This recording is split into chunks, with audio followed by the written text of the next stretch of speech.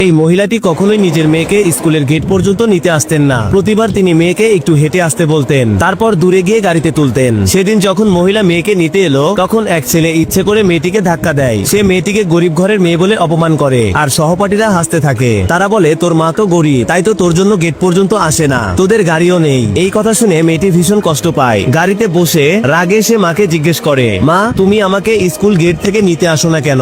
মা হাসি মুখে বলেন, বাবু আমরা আমাদের সম্পত্তি লুকিয়ে রাখি। যদি সবাই জেনে যায় যে তুমি সবচেয়ে ধনী মানুষের মেয়ে, তাহলে তুমি কখনো সত্যিকারের বন্ধু পাবে না। মেয়েটি তখন মায়ের কথার মানে বুঝে যায়। এরপর সে ফোনে মায়ের একটা ছবি তুলে বাবাকে পাঠাতে চায়, কিন্তু ভুল করে সেই ছবি স্কুলের প্যারেন্টস গ্রুপে পাঠিয়ে দেয়। ছবিটা দেখেই সবাই সেই মহিলার প্রশংসা করতে শুরু করে, কিন্তু একজন অহংকারী মহিলা, যিনি নিজেকে গ্রুপের সিওর স্ত্রী বলে দাবি করতেন, তিনি হিংসায় জ্বলে ওঠেন। তিনি বলেন, এই লাক্সারি গাড়িটা তো আমার স্বামীর। তারপর তিনি আর কিছু মহিলা মিলে সেই গাড়ির কাছে চলে আসেন, যেন প্রমাণ করতে পারেন যে আগের মহিলা মিথ্যে বলছেন। মহিলা যখন দেখলেন গ্রুপে শেয়ার করা গাড়ির ছবিটা আসলেই তার নিজের গাড়ির মতো, তখন তিনি অবাক হয়ে যান, কারণ সেই গাড়ি চালাতো মাত্র দুইজন ড্রাইভার। তিনি নিজের ড্রাইভারকে জিজ্ঞেস করেন, গাড়িটার যত্ন নেয় কে?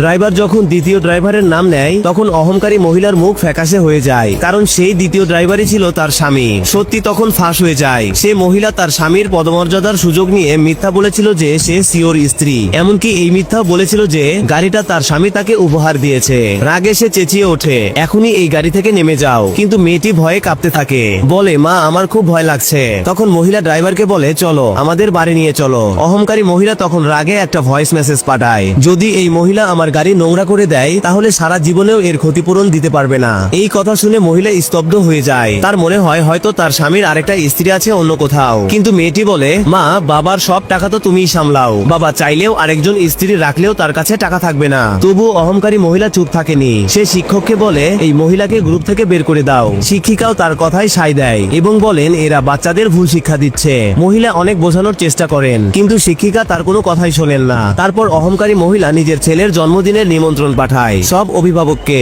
কিন্তু শুধু ওই মহিলা ও তার মেয়েকে বাদ দিয়ে। কিন্তু মহিলা যখন দেখলেন পার্টি হবে গ্রিনফিল্ড ভিলায়, তখন কিছুটা সন্দেহ হয়, কারণ তার মনে পড়ে যায় তার স্বামীরও একই নামে একটি ভিলা রয়েছে শহরের বাইরে।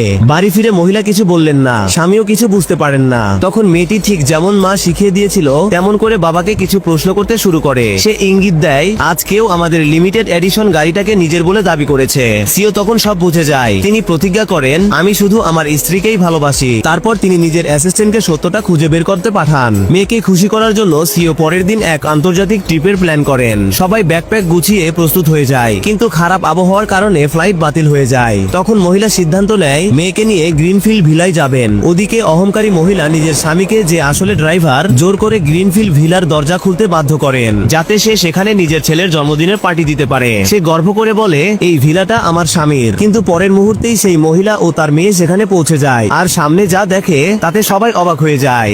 এই জান্নাতি পাথর দেখে যে শেয়ার করে দিবে, তাকে মরার আগে একবার হলেও মক্কা হজ করার তৌফিক দান করুন।